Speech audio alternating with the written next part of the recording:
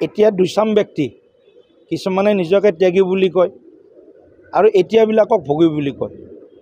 এই ত্যাগী আৰু ভোগী দুইটাই হয় ৰাজেন গোহাঁই ডাঙৰীয়া। গতিকে এটা শাৰীত যদি পেলাই দিওঁ কেৱল ত্যাগী তাৰপিছততো 4বাৰ MP হ'ল, কেন্দ্ৰীয় মন্ত্ৰী হ'ল। গতিকে তাৰপিছত আমাৰ বহুত জ্যেষ্ঠ কাৰ্যকৰ্তা আছে, ত্যাগ কৰিছে। দলে সময়ত সুবিধা সুযোগ পালে তেওঁলোকক সন্মান দি আছে। ৰাজেন গোহাঁই ডাঙৰীয়াকো আমি ভৱিষ্যতে সন্মান দিম। যদি তেওঁ এনেকুৱা কথাবিলাক দলৰ ফৰামত ক'ব আহি, কাৰ্যালয়ত ক'ব আহি, ক'ত তেওঁলোকে এতিয়া মিডিয়াৰ কথাত কোনোবা কংগ্ৰেছ দলৰ সমালোচনাত যদি কোনোবাই যদি বক্তব্য দিয়ে, সেইটো তেওঁৰ নিজা কথা, তাকতো আমি বাধা দিব নোৱাৰোঁ। মোক সকলোৰে আছে। ৰাজেন গোহাঁই ডাঙৰীয়াই ভাৰতীয় জনতা পাৰ্টিত আহি নিশ্চিতভাৱে তেখেতৰ কণ্ট্ৰিবিউশ্যন আছে। তেখেতৰ ত্যাগ আছে, কিন্তু তেখেতে ভোগো কৰিছে। মোৰ লগত পৰহি কথা হৈছে, পৰহি 6 দিনা হৈছে মোৰ লগত কথা। তেখেতে মোক ফোন কৰিছিলে, তাৰপিছত মই ফোনটো উঠাব পৰা নাছিলোঁ, মিটিঙত আছিলোঁ। মই পিছত কল বেক কৰিছোঁ, তেখেতে মোক এবাৰ লগ কৰিব বিচাৰিছে। এইখিনিয়ে কথা, বাকী আৰু মোৰ লগত বেলেগ কথা হোৱা নাই। তেখেতক সুধিব লাগিব, সেইটো আমি নাজানো। কাৰণ মই জানো ৰাজেন গোহাঁই ডাঙৰীয়াই ভাৰতীয় জনতা পাৰ্টিত আহি নিশ্চিতভাৱে তেখেতৰ কণ্ট্ৰিবিউশ্যন আছে। তেখেতৰ ত্যাগ আছে, কিন্তু তেখেতে ভোগো কৰিছে। মানে এতিয়া দুচাম ব্যক্তি কিছুমানে নিজকে ত্যাগী বুলি কয় আৰু এতিয়াবিলাকক ভোগী বুলি কয়। এই ত্যাগী আৰু ভোগী দুইটাই হয় ৰাজেন গোহাঁই ডাঙৰীয়া। আৰু সকলো আছে আমাৰ তাতে, ময়ো ত্যাগী ভোগী।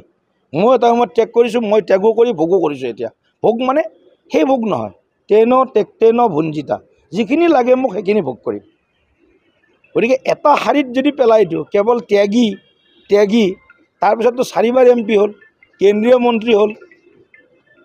গতিকে তাৰপিছত আমাৰ বহুত জ্যেষ্ঠ কাৰ্যকৰ্তা আছে, ত্যাগ কৰিছে। দলে সময়ত সুবিধা সুযোগ পালে তেওঁলোকক সন্মান দি আছে। ৰাজেন গোহাঁই ডাঙৰীয়াকো আমি ভৱিষ্যতে সন্মান দিম। যদি তেওঁ এনেকুৱা কথাবিলাক দলৰ ফৰামত ক'ব আহি, কাৰ্যালয়ত ক'ব আহি, ক'ত তেওঁলোকে এতিয়া মিডিয়াৰ কথাত কোনোবা কংগ্ৰেছ দলৰ সমালোচনাত যদি কোনোবাই যদি বক্তব্য দিয়ে, সেইটো তেওঁৰ নিজা কথা, তাকতো আমি বাধা দিব নোৱাৰোঁ। মোক সকলোৰে আছে। গতিকে আপোনালোকো সন্তুষ্ট হৈ থাকক। ৰাজেন গোহাঁই ডাঙৰীয়াৰ যদি কিবা আছে আমি কথা পাতিলোঁ। মোৰ লগত পৰহি কথা হৈছে, পৰহি 6 দিনা হৈছে মোৰ লগত কথা। তেখেতে মোক ফোন কৰিছিলে, তাৰপিছত মই ফোনটো উঠাব পৰা নাছিলোঁ, মিটিঙত আছিলোঁ। মই পিছত কল বেক কৰিছোঁ, তেখেতে মোক এবাৰ লগ কৰিব বিচাৰিছে। এইখিনিয়ে কথা, বাকী আৰু মোৰ লগত বেলেগ কথা হোৱা নাই। তেখেতক সুধিব লাগিব, সেইটো আমি নাজানো। কাৰণ মই জানো ৰাজেন গোহাঁই ডাঙৰীয়াই ভাৰতীয় জনতা পাৰ্টিত আহি নিশ্চিতভাৱে তেখেতৰ কণ্ট্ৰিবিউশ্যন আছে। তেখেতৰ ত্যাগ আছে, কিন্তু তেখেতে ভোগো কৰিছে। মানে এতিয়া দুচাম ব্যক্তি কিছুমানে নিজকে ত্যাগী বুলি কয় আৰু এতিয়াবিলাকক ভোগী বুলি কয়। এই ত্যাগী আৰু ভোগী দুইটাই হয় ৰাজেন গোহাঁই ডাঙৰীয়া। আৰু সকলো আছে আমাৰ তাতে, ময়ো ত্যাগী ভোগী। মই এটা সময়ত ত্যাগ কৰিছোঁ, মই ত্যাগো কৰি ভোগো কৰিছোঁ। এতিয়া ভোগ মানে সেই ভোগ নহয়, তেন ভুঞ্জিতা, যিখিনি লাগে মোক সেইখিনি ভোগ কৰিম। গতিকে এটা শাৰীত যদি পেলাই দিওঁ কেৱল ত্যাগী তাৰপিছততো 4বাৰ MP হ'ল, কেন্দ্ৰীয় মন্ত্ৰী হ'ল। গতিকে তাৰপিছত আমাৰ বহুত জ্যেষ্ঠ কাৰ্যকৰ্তা আছে, ত্যাগ কৰিছে। দলে সময়ত সুবিধা সুযোগ পালে তেওঁলোকক সন্মান দি আছে। ৰাজেন গোহাঁই ডাঙৰীয়াকো আমি ভৱিষ্যতে সন্মান দিম।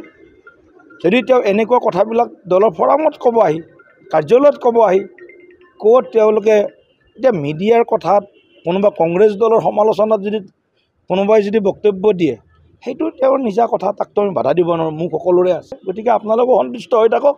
ৰাজেন গোহাঁই ডাঙৰীয়াৰ যদি কিবা আছে আমি কথা পাতিলোঁ।